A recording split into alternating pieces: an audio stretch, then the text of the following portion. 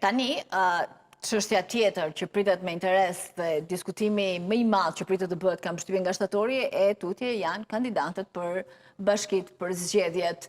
Mund të jetë kjo ndoshta një moment që ndoshta ndonjë ministër do të garojë për bashkitë, mund të ketë ndryshime edhe në këtë, mund të artikuloj emra apo ato janë pjesë e asamblesë së socialistëve, jo e kësaj mbledhje, domethënë. Mendoj që jemi ende herët, edhe pse her pas here kur jemi në këto terma zgjedhor, ne një nga pikat që vlerësojmë tek Partia Socialiste është fakti se është në advance me punët.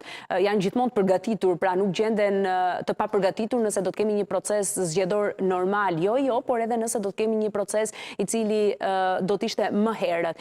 Mendoj që mbledhja e ditës së premte nuk do të ketë këtë fokus, do të jetë shtatori apo vjeshta e cila do të ketë edhe vëmendjen më të madhe sa i takon kandidatëve për kryetar bashkie. Ata të cilët kanë kandiduar më shumë se 3 herë nuk do të jenë automatikisht, por nga ana tjetër për ta lidhur pak edhe me aktivitetin apo fjalimin që ndoqën pak më herët të zotit Rama, një nga kushtet që zoti Rama ka vendosur pasi e ka si prioritet është pikërisht paketa e maleve, ndaj dhe kandidatët e ardhshëm, kryetarët aktual të bashkive, të cilët kanë 1 ose 2 mandate, do duhet ta kenë një nga fokuset e tyre kryesore, paketën e maleve, të cilën zoti Rama në një nga takimet që ka patur e ka vendosur si kusht për të garuar për kryetar bashkie në zgjedhjet e 2027-s. Padyshim që do të kemi rifreskime.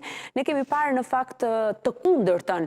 Një kryetar bashkie, antar i kabinetit qeveritar. Nuk dim nëse do të shohim një ish antar, pra antar aktual të kabinetit qeveritar në bashki.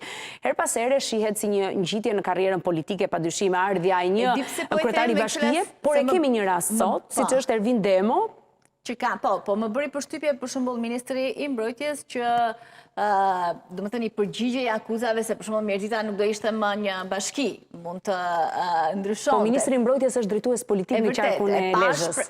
E pash, po në një përfshirje të tillë, prandaj thash që mund të ketë edhe kështu lëvizje të tilla, pasi janë promovuar në qeveri, mund të garojnë.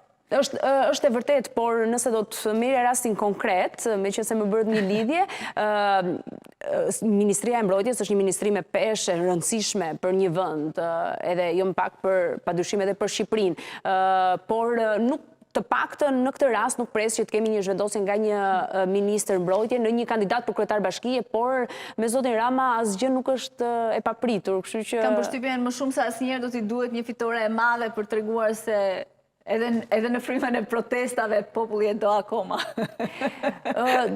Nuk dim si ta lexojmë pikërisht në këtë kohë edhe çështjen e ndryshimeve në kabinetin qeveritar. Pra, nëse zoti Rama do zgjidhte këtë moment kur në vend po protestohet prej 52 ditësh dhe nëse do të bëheshin këto ndryshime, kjo gjë do të konsiderohej një fitore për protestën apo jo?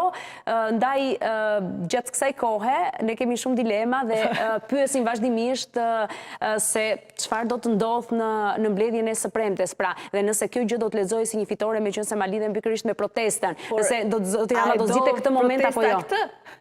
Çfarë do protesta? Jo, protesta do largimin e zotit Rama, largimin e qeverisë, po zoti Rama ka deklaruar shumë herë që kjo gjë nuk do të ndodhë. Faleminderit shumë. Faleminderit ty. Shkëputur për një hapësirë publicitare, rikthehemi pas pak.